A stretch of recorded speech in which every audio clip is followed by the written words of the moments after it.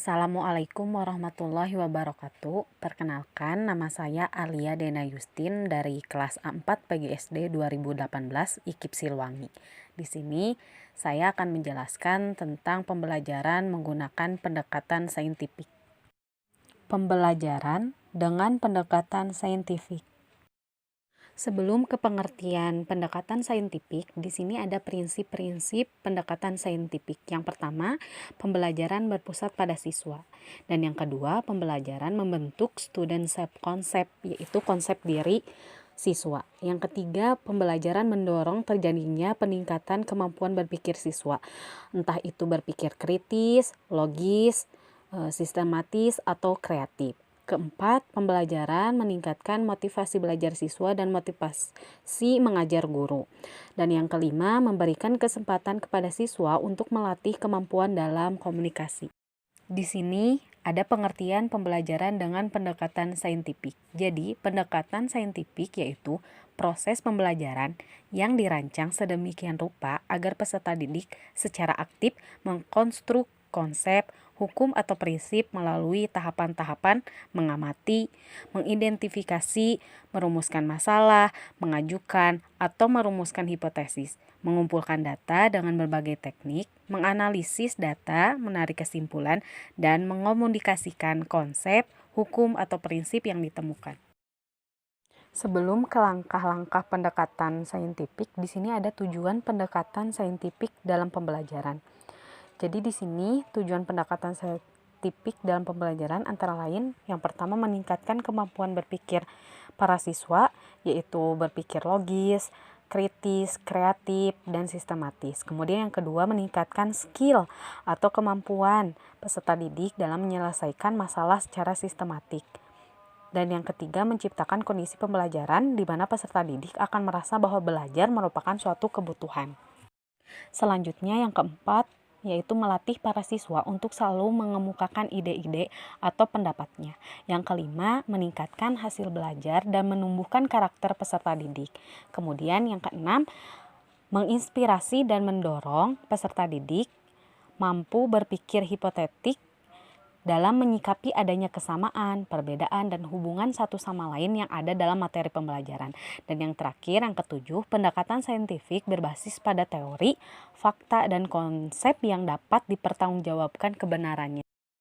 Selanjutnya, di sini ada 5 langkah-langkah pendekatan saintifik. Yang pertama itu mengamati atau observasi, yang kedua menanya, yang ketiga mengumpulkan informasi, yang keempat mengasosiasikan atau menalar, dan yang kelima mengkomunikasikan. Di sini yang pertama ada kegiatan mengamati. Kegiatan mengamati dalam pembelajaran dilakukan dengan menempuh langkah-langkah sebagai berikut. Yang pertama itu menentukan objek yang akan diobservasi. Yang kedua, membuat pedoman observasi sesuai dengan lingkup objek yang diobservasi. Dan yang ketiga, menentukan secara jelas data apa yang perlu diobservasi. Dan contohnya dalam kegiatan observasi itu ada membaca, terus mengamati, dan banyak hal lagi yang bisa anak lakukan di saat kegiatan pembelajaran di tahap mengamati. Selanjutnya di sini ada kegiatan menanya. Di sini kegiatan menanya, siswa harus mengajukan pertanyaan atau menanyakan tentang informasi yang tidak dipahami dari apa yang diamati. Jadi di sini siswa didorong untuk mengembangkan atau mendorong rasa ingin tahunya dengan dia menanyakan tentang informasi yang tidak dipahami. Kegiatan menanya juga memiliki fungsi. Yang pertama itu membangkitkan rasa ingin tahu, minat, perhatian peserta didik tentang suatu tema atau topik pembelajaran. Yang kedua, mendorong dan menginspirasi peserta didik untuk aktif dalam belajar. Yang ketiga, itu membangkitkan keterampilan peserta didik dalam berbicara, mengajukan pertanyaan, dan memberikan jawaban logis dan sistematis.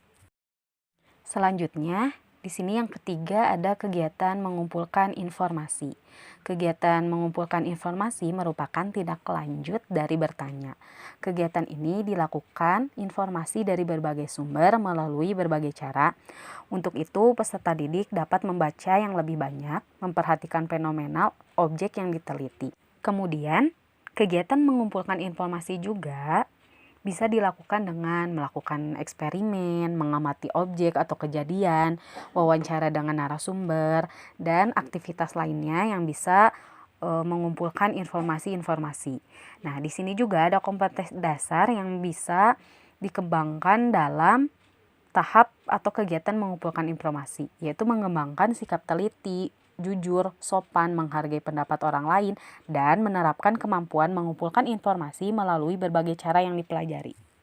Nah, di sini juga ada kompetensi yang dikembangkan dalam kegiatan mengumpulkan informasi, yaitu sikap teliti, jujur, sopan, menghargai pendapat orang lain, dan menerapkan kemampuan mengumpulkan informasi melalui berbagai cara yang dipelajari. Selanjutnya yang keempat yaitu kegiatan mengasosiasi. Kegiatan mengasosiasi adalah memproses informasi yang sudah dikumpulkan baik terbatas dari hasil kegiatan mengumpulkan atau eksperimen maupun hasil dari kegiatan mengamati dan kegiatan mengumpulkan informasi. Dalam kegiatan mengasosiasi juga ada kompetensi yang harus dikembangkan, yaitu mengembangkan sikap jujur, teliti, disiplin, taat aturan, kerja keras, dan kemampuan berpikir induktif serta deduktif dalam menyimpulkan. Selanjutnya yang terakhir yaitu kegiatan mengkomunikasikan. Kegiatan mengkomunikasikan yaitu menyampaikan hasil pengamatan, kesimpulan berdasarkan hasil analisis secara lisan, tertulis, atau media lainnya. Kegiatan ini dilakukan melalui menuliskan atau menceritakan apa yang ditemukan dalam kegiatan mencari informasi, mengasosiasikan, dan menentukan pola. Dalam kegiatan mengkomunikasikan, ada kompetensi yang harus dikembangkan, yaitu mengembangkan sikap jujur, teliti, toleransi, berpikir sistematis, dan mengungkapkan pendapat dengan singkat dan jelas. Ini adalah gambar atau contoh dari pendekatan saintifik. Di sini ada mengamati, menanya, mengumpulkan informasi, mengasosiasi, dan mengkomunikasikan. Selanjutnya di sini ada langkah pembelajaran. Yang pertama itu ada kegiatan pendahuluan. Jadi kegiatan awal atau pendahuluan bertujuan untuk menciptakan suasana awal yang efektif yang memungkinkan siswa dapat mengikuti proses pembelajaran dengan baik. Kemudian kegiatan ini contohnya guru menyapa anak-anak dengan nada bersemangat dan memberikan motivasi di awal kegiatan. Selanjutnya mengecek kehadiran siswa apabila ada siswa yang tidak hadir. Selanjutnya, yang kedua yaitu kegiatan inti. Jadi kegiatan inti dalam pembelajaran adalah suatu proses pembentukan pengalaman dan kemampuan atau skill siswa secara terprogram yang dilaksanakan dalam durasi waktu tertentu. Kemudian yang kedua itu kegiatan inti dalam metode saintifik ditujukan untuk terkonstruksinya konsep, hukum atau prinsip oleh siswa dengan bantuan dari guru melalui langkah-langkah kegiatan yang diberikan. Selanjutnya, yang terakhir, yang ketiga yaitu kegiatan penutup atau akhir. Jadi kegiatan penutup ditujukan untuk dua hal pokok. Yang pertama itu validasi terhadap konsep, hukum atau prinsip yang telah dikonstruk oleh siswa. Yang kedua, pengayaan materi pembelajaran yang dikuasai siswa. Validasi dapat dilakukan dengan mengidentifikasi kebenaran konsep, hukum atau prinsip yang telah dikonstruk siswa. Selanjutnya, di sini ada teknik penilaian dalam pembelajaran dengan pendekatan saintifik dengan meliputi 3 aspek. Yang pertama, penilaian proses, kedua, penilaian produk, dan yang ketiga, penilaian sikap. Di sini, penilaian proses itu bisa berupa observasi saat siswa berkelompok, berdiskusi, atau bekerja individu. Jadi, proses yang dinilai di saat siswa dalam kegiatan pembelajaran. Kemudian ada penilaian produk, yaitu penilaian produk itu pemahaman konsep, prinsip, dan hukum yang dilakukan dengan tes tertulis atau pemahaman yang lebih jelasnya seperti pemahaman materi pembelajaran. Selanjutnya yang terakhir yaitu penilaian sikap.